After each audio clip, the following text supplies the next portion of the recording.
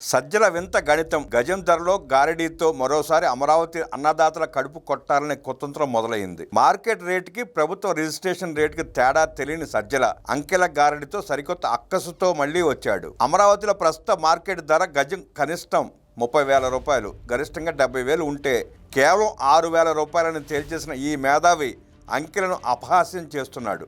కనిష్టపు 30,000 రూపాయలు లెక్కేసిన మిగతా 24,000 రూపాయల గ్యాప్ను కాకి లెక్కలతో సజ్జల మింగేయడంపై అమరావతి అన్నదాతల నుంచి తీవ్ర ఆగ్రహం వ్యక్తం అవుతోంది. ప్రభుత్వానికి మిగిలే 5,000 ఎకరాల ప్రస్తుత కనిష్ట అసలు విలువ 72,000 కోట్ల రూపాయలు. కానీ సజ్జల లెక్కల్లో అది కేవలం 18,000 కోట్ల రూపాయలేనట. రాష్ట్ర సంపదను ఇంతలా తగ్గించి చూపడంలో సజ్జల తర్వాతే ఎవరైనా. ఆయన లెక్కలు చూసి ప్రపంచ స్థాయి ఆర్థికవేత్తలే షాక్ అవుతున్నారు. రాజధానిలో ప్రభుత్వ రికార్డుల ప్రకారం గజం భూమి ధర 6,000 రూపాయలు మాత్రమే, వచ్చేది 18,000 కోట్ల రూపాయలు మాత్రమే అంటున్నాడు సజ్జల. అయ్యా సజ్జల గారు, మార్కెట్లో కనిష్ట ధర గజం 30,000 రూపాయలు ఉంది.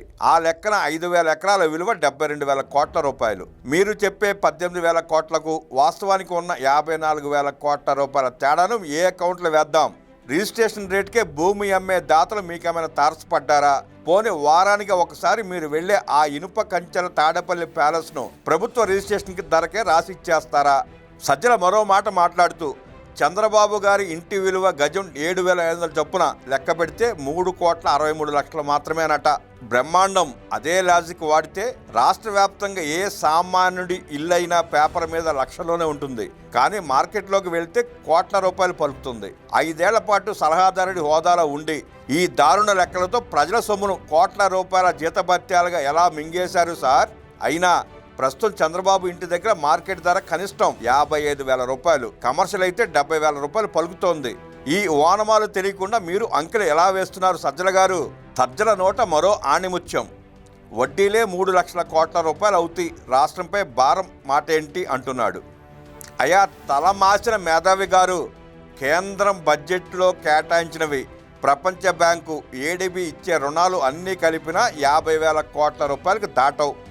పైన కేంద్రం గ్యారంటీ ఉంది. మరి నీకు అమరావతి మీద ఇప్పటికే 2,50,000 కోట్ల రూపాయలు రుణం తెచ్చినట్లు కల వచ్చిందా? లేదా రాత్రిపూట ఏదైనా ఆత్మ వచ్చి నీకు చెప్పిందా? మీ 5 ఏళ్ల పాలనలో ప్రభుత్వ పరపతి పడిపోయి మీరు చేసిన అత్యధిక వడ్డీ అప్పులకు వడ్డీలు కట్టడానికి ప్రస్తుతం ఎన్ని ఎకరాల ప్రభుత్వ భూమి కావాలో లెక్కిస్తే మీ బండారం మొత్తం బయటపడుతుంది. సజ్జల గారు, మీ చిప్పు దొబ్బింది, మీ క్యాలిక్యులేటర్ రిపేర్ చేయించుకోండి. అమరావతిలో భూమి అమ్మేటప్పుడు మీరిచ్చే 6,000 రూపాయల రేటుకి ఎవరూ రారు. మీ దగ్గర ఉన్న క్యాలిక్యులేటర్ను ఒకసారి రిపేర్ చేయించుకోండి. లేదా ఎవరిదైనా పిల్లల పాత అబాకస్ పలకను వాడండి. రాజధాని నిర్మాణం పూర్తయ్యేసరికి గజం 1,00,000 దాటుతుందని అంచనా. అప్పుడు ఆ 5,000 ఎకరాల భూమి విలువ 2.5 లక్షల కోట్ల రూపాయలు దాటుతుంది. అప్పటికే ప్రభుత్వం చేసే ఖర్చు 50,000 కోట్ల రూపాయలు కూడా ఉండదు. అందుకే చంద్రబాబు మీద నమ్మకంతో ప్రపంచ బ్యాంక్ రుణాలు ఇస్తోంది. కేంద్రం గ్యారంటీ ఇచ్చింది. మీ తెంగరి కాకి లెక్కలను కనీసం మీ కార్యకర్తలను నమ్మి అమరావతి భూములు కొని ఇవ్వమని వస్తే వారికి నీ తప్పుడు కోతల మొహం చూపించుకోలేవు. ఇప్పుడు ఆ ధరలకు అమ్మే పిచ్చి అన్నదాతలు ఉన్నారని మీరు భ్రమపడితే దయచేసి వారికి కనిపించకండి. మెట్టుతో కొట్టిన చాటు కొట్టకుండా కొడతారు. ఇలాగే పైతపు వాగుడు వాగితే తాడేపల్లిలో జగన్ గారు అడుగు పెట్టాలంటే మళ్ళీ పాతకాలం నాటి పరదాలు, ఇనుప వలలు కొనుక్కోవాల్సి వస్తుందేమో జాగ్రత్త.